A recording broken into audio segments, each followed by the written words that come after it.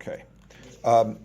Building projects rather than having textbooks.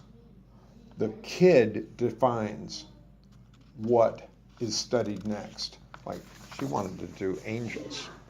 So, okay, she's making an angel. I don't know where this is headed, but certainly there's some problem with symmetry here. She painted on the wrong side, right? So that's okay because we had created this one first, and then we put it down like this to cut it.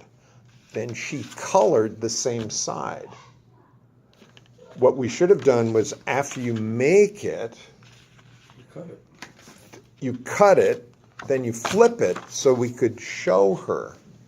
This is what you want to do. But I didn't think far enough ahead, so she just jumped right on it and it's making the next wing. So reflection is what comes next. That the idea is to go deeper with the learning. You'll notice that as one of the key points here.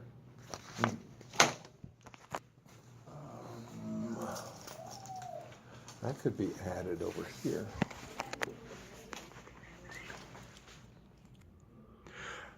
So by going deeper, in this case over here, we can then start doing we may have to start all over so she gets it, not just flip it over and say, well, paint that.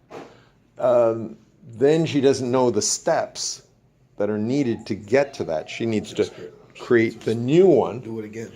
She's going to cut it out, and then as she starts to paint this, we say, well, wait a minute. Do we need to, like these two, oh, wait. We need to flip it over so that we have the symmetry. That's correct. I mean, this is identical, and then this is symmetry. And so we're starting to use some of that language. So another procedure. Additional procedures can be found in this book. One that I particularly like is that we asked teachers to look at the child as an individual. That means every 3 weeks or every 4 weeks or every 8 weeks, at some point, we go through the pile and we write down a letter. So, we agreed that you'd be working on fractions. Look at the work you've been doing. Here's the next work that I want you to be working on. It's sort of like sitting down with someone at a job interview and saying, this is what you're good at. I noticed you're having a little problem with cleaning accurately the dishes or whatever, but you're very good at laying the tables. Anyway, so it's almost like you're sitting down with an employee. There are 5 guiding questions. I carry these in my head. Eventually they need to be up on the wall. Okay. But it's allowing the student to ask, how do I describe the situation? How do I communicate the information? What numbers do I use? We don't say math. What numbers do we use? Math is a 4-letter word. It is. That's good. And then personally, what can other people tell me about this, and what can I bring to this topic? Those are the 5 questions. And in that way, kids also write history backwards. Don't start with the Egyptians and the ancient Chinese. Start with President Obama, maybe? That's great.